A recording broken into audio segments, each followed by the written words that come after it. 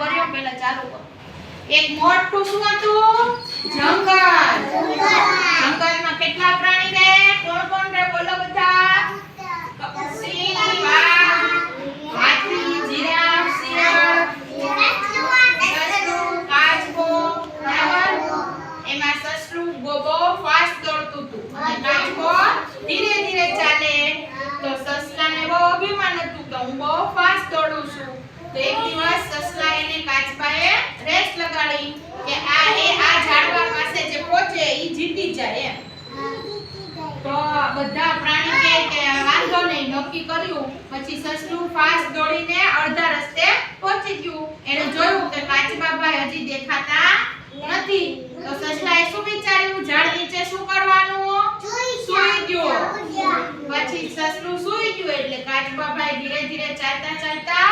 પહોંચી ગયા એટલે કાચબાભાઈ જીતી ગયા એટલે બધા પ્રાણીએ શું કર્યું તાળી પાડી એટલે સસલાભાઈ જાગી ગયા તાળીનો અવાજ સાંભળીને પછી અફસોસ કરવા માંડ્યા કે જો હું આજે પહેલા પહોંચી ગયો દોડીને તો હું જીતી જાત એટલે આપણે કોઈ પણ વસ્તુનું અભિમાન નહીં કરવાનું કે આ મને જ આવડે આને ન આવડે બરાબર આપણે આ વાર્તા ઉપરથી આપણે એમ શીખ્યા કે આપણે બધાએ આપણને જ આવડે એવું કોઈ પણ વસ્તુમાં નહીં રાખવાનું